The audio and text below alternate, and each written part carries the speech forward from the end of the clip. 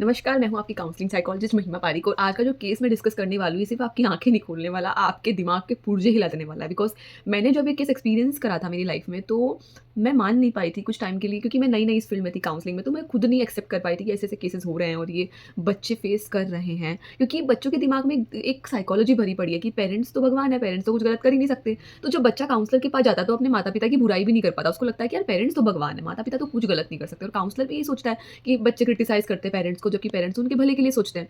But ये case मेरे लिए बहुत शॉकिंग था, क्योंकि हर बार ऐसा नहीं होता। बच्चे काफ़ी बार कुछ ऐसी प्रॉब्लम लाते हैं जो शायद पेरेंट्स की ही गलती होती है, ना कि बच्चों की गलती होती है। तो मैं आपको एक केस डिस्कस कर रही हूँ जो मेरी लाइफ में मैंने एक्सपीरियंस करा था, और इसके बाद शायद मेरी मेरी खुद की साइकोलॉजी एज़ अ थेरेपिस्ट बहुत हद तक चेंज। 15 या 16 साल की एक लड़की थी जिसको पेरेंट्स ने एजुकेशन के लिए, फर्दर एजुकेशंस के लिए हॉस्टल सेटिंग में रखा और बोला कि आप अपना कोर्स बेटा तू यहाँ पे रख के अपनी पढ़ाई कंप्लीट कर। बच्ची बहुत ब्राइट थी, बच्ची इतनी ब्राइट थी कि मैं आपको एक्सप्लेन भी नहीं कर सकती। She was very, very bright. And एक रूम में रह के, क्योंकि 15-16 साल के बच्चे को कुछ नॉलेज दिमाग ऐसा छोटा नहीं है, और वो इतना इतना जल्दी किसी हॉस्टल सेटिंग में अडॉप्ट भी नहीं हो पाता। तो वो बच्ची बहुत यंग, बहुत क्लियर माइंडसेट, बहुत प्यारी बच्ची, इतनी दूर से, लाइक वेरी डिफरेंट स्टेट से वो आई थी। उसका एक बंद कमरे में रह के साइकोलॉजी बन गया था कि I am not worth it, और मैं शायद कुछ नहीं कर पाऊँगी अपनी ज़िंदगी में। And she started doing very weird things like cutting her hairs, chopping eyebrows, like बहुत अजीब चीज़ें। देन समवन हैज़ ऑब्जर्व्ड, क्योंकि उसकी सिस्टर भी वहीं पे रहती थी उसी हॉस्टल में, तो शायद सिस्टर, उसकी सिस्टर को भी लगा कि यार शी बच्ची है, नहीं इग्नोर कर दिया, क्योंकि उसकी सिस्टर भी उससे बहुत परेशान थी, क्योंकि वो उसको रूम में अलाउ ही नहीं करती थी, बात ही नहीं करती थी। पिता को कोई मतलब नहीं था, वो ध्यान देते थे। तो वार्डन वगैरह ने नोटिस करा कि there is something wrong with the girl. Then they came to us for a psychological therapy, and we went to that hostel room, and I have seen the room. पहले तो उस बच्ची ने room ही नहीं खोला, उन्होंने मुझे देखते ही रूम लॉक कर दिया, पूरा कमरा बंद था। एंड शी वाज़ लाइक कि मैं नहीं खोलूँगी मैम, मुझे किसी से बात नहीं करनी। फिर समहाउ उसके दिमाग में एक बहुत अजीब फ़ियर बन गया था कि मेरे पेरेंट्स अभी हैं, वो है ही नहीं। लाइक मेरे पेरेंट्स कहीं खो चुके हैं, और अभी जिसके साथ मैं हूँ, जो मुझे यहाँ छोड़ के गए हैं, वो मेरे माता-पिता नहीं, वो मेरे दुश्मन हैं। ये उसके दिमाग में एक काइंड ऑफ इमेज या पिक्चर बन चुकी थी। शी टोल्ड मी अपने गेट के अंदर से ही कि मैम मैं गेट खोलूँगी, लेकिन आपको पहले मेरे पेरेंट्स को लाना पड़ेगा जो कि खो चुके हैं। अब मेरे पास कोई स्ट्रैटेजी बची नहीं थी उससे बात करने की, बिकॉज़ मुझे लगा बच्ची अंदर कुछ भी करे, उससे बेटर है कि मुझे उसको कन्विंस करके मैं अंदर तक जाऊँ, मैं उससे बात करूँ, उसको बाहर निकालूँ। तो मैंने एक बहुत ही इल्यूशनल ड्रामा बनाया। मैंने ये बोला कि हम तुम्हारे पेरेंट्स को ढूँढेंगे, साथ में मिलके ढूँढेंगे, जस्ट ओपन द डोर और अपना आईडी कार्ड वगैरह लो, तो अपन सब ढूँढने चलेंगे ना, मैं तुम्हारी हेल्प करूँगी। बच्ची बहुत छोटी थी, तो मैंने उसको समहाउ कन्विंस करा कि बेटा I will go with you, you find your Aadhaar card, mummy की फ़ोटो, जो भी तुम्हारे पास है, you just find it out and will go and find your mother. बच्ची ने ये सुन के दरवाज़ा हल्का-सा खोला, जैसे वो देख रही हो कि कोई अनसेफ पर्सन हो, क्योंकि she was very into herself. उसने काफ़ी टाइम से किसी से बात नहीं करी थी। उसने इतना-सा दरवाज़ा खोला और समहाउ मैं अंदर आई। मैंने अंदर आके देखा तो वेरी मेस्ड रूम। रूम पूरा मेस्ड अप था, कपड़े पूरे ऐसे भरे पड़े थे। बच्ची बाथ ले रही थी, लेकिन वॉश नहीं कर रही थी कपड़े।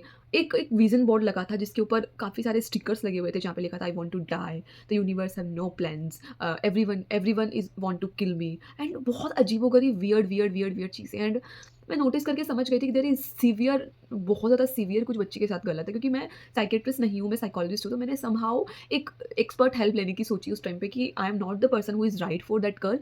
मैंने उसको काम डाउन करा, बिठाया, कुछ चीज़ें बात करी, पेरेंट्स का नाम वगैरह पूछा, थोड़ी केस हिस्ट्री ली बच्चे की, कैसे क्या चल रहा है।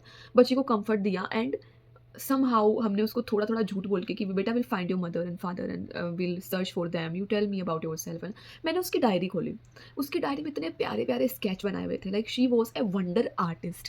उसकी डायरी में पूरा स्केच था, पेंटिंग्स थी, a very, very different colour. ऐसी ऐसी पेंटिंग स्केचेस मैंने आज तक मेरी ज़िंदगी में बहुत बड़े आर्टिस्ट के भी नहीं देखे थे। प्यारी-प्यारी स्टोरी टेलिंग, और आप उसके स्केच देख के बता सकते हो कि वो क्या स्टोरी बोलना चाहती है।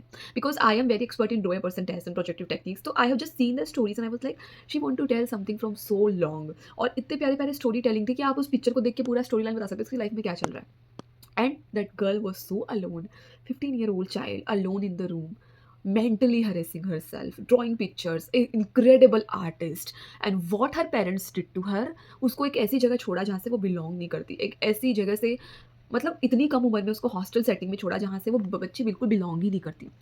आई was shocked to see her condition. I was so into, मैं उस टाइम एज़ अ साइकोलॉजिस्ट सोच ही नहीं पा रही थी, क्योंकि मैं बहुत यंग थी, मैं फील्ड में नई-नई आई थी, एंड आई वाज़ लाइक अगर ऐसे केसेज़ लाइफ़ में आ जाए तो आप क्या करोगे? आपकी किताबी ज्ञान कहाँ काम आएगा? इट्स लाइक आपको वहाँ पे उसको फुल एम्पैथी दिखा के बच्ची को सपोर्ट करना, क्योंकि बच्ची की गलती ही नहीं है, गलती पेरेंट्स की है। पेरेंट्स का मेन रोल था उस केस में कि पेरेंट्स ने बच्ची को एक गलत ट्रैक में डाला जिसकी वजह से आज वो मेंटली हैरेस है। 2 वो लाखों पैसे लगा रहे हैं, 2 वो हॉस्टल फीस भर रहे हैं, 2 बच्ची को कोई फाइनेंशियल स्ट्रेस या कंडीशन कुछ भी ऐसी नहीं है, बच्ची लग्ज़ूरियस हॉस्टल में है। बट क्या ये सब कुछ मायने रखता है जब आपकी मेंटल पीस सही ना हो? Like I really want to ask all the parents watching this video, क्या ये सब कुछ मैटर करता है जब बच्चे की मेंटल पीस ही सही ना हो? आप खुद अपने आप से पूछो, आप बच्चों को ये बोल तो देते हो कि हम तुम पे पैसा लगा रहे हैं, तुम्हें पढ़ाया है, क्या उसका दिमाग वो पैसा वगैरह प्रोसेस करने के लिए रेडी है या नहीं है?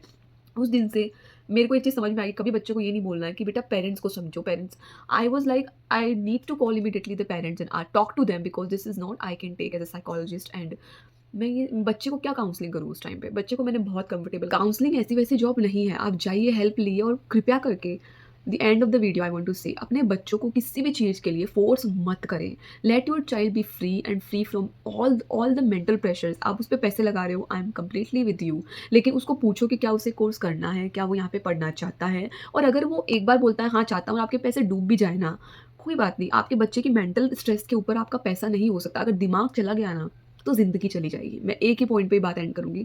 आपका दिमाग चला गया तो आपके अंग अगर पूरे सही भी है ना, आँखें, नाक, कान, हाथ सब है, तो भी आप माइनस में हो।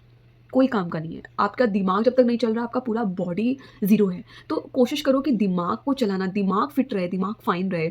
और छोटे बच्चों को हॉस्टल्स में अगर आप भेजते हो तो please take care, talk to them, visit them regularly and ask them if they are comfortable और नॉट। और भाड़ में गई पढ़ाई, पास में पढ़ा लो, ऑनलाइन पढ़ा लो, कोर्स नहीं मिल रहे हैं कुछ भी कर लो, बट उनका मेंटल ब्रेकडाउन मत करो। पढ़ाई सेकेंडरी है, दिमाग फर्स्ट है, दिमाग इज़ द फर्स्ट प्रायोरिटी। और इस एक केस ने मुझे बहुत कुछ सिखाया मेरी ज़िंदगी में, और मैं एज़ ए काउंसलर जो भी आज कुछ हूँ because of this case. And ये मैंने आज शेयर करा था कि आप अपने बच्चों के साथ कभी ये मिस्टेक ना करो। उनसे बात करो, उनके दोस्त बनिए, उनको समझो। कमज़ोर है पढ़ाई में, कोई बात नहीं, अगर कमज़ोर है पढ़ाई में, कुछ एरिया स्ट्रॉन्ग होगा, वहाँ पे डालने की कोशिश करो। हर एक्टिविटी में डालने की कोशिश करो, ऑब्ज़र्व करो कहाँ पे अच्छा कर रहा है। 20%, 40, 50% से पास होता है, कोई प्रॉब्लम नहीं, परसेंटेज कहीं वैल्यू नहीं करते। छोटी-मोटी जॉब करेगा बट मेंटली फिट रहेगा। अगर बहुत ब्राइट है तो बहुत अच्छी बात है, ब्राइट भी बहुत ज़्यादा तो उसके लिए स्ट्रेस मत लो, लेट हिम बी हिमसेल्फ और हरसेल्फ। उसको ब्राइट अगर वो है, कभी डाउन जाता है तो कभी भी टोंट मत मारो। Be kind to your child, क्योंकि अब ज़माना बदल गया, अब आपका ज़माना नहीं रहा है, अब ज़माना बहुत अलग है। अभी आप सिर्फ पैसा नहीं दे सकते, अब आपको ये देखना पड़ेगा, क्योंकि अगर ये नहीं है तो पैसा कोई काम का नहीं है। Like, subscribe, share the videos, and I will bring more information to you, real life cases with real experience. And if you have anything to share with me, comment me in the box if you want to make personal therapy. दो मैंने बोला है कि online therapy are not that effective, लेकिन अगर आपके पास कोई option नहीं है, आप को कोई अच्छा काउंसलर मिल नहीं रहा है, आपको अच्छी वाइब किसी से नहीं आ रही है, आप चाहते हो कि आप ऑनलाइन थेरेपी लो क्योंकि आप रूरल एरिया में हो, आपके पास अप्रोच नहीं है, तो you can surely email me on my email ID, which I post in the comment box. You can mail me and you can book your session, and I'll make sure that it will be effective. Though online session में इतना effect नहीं आता है, but I'll make sure that it is effective, और I still advise you to go face to face counselings and resolve your traumas.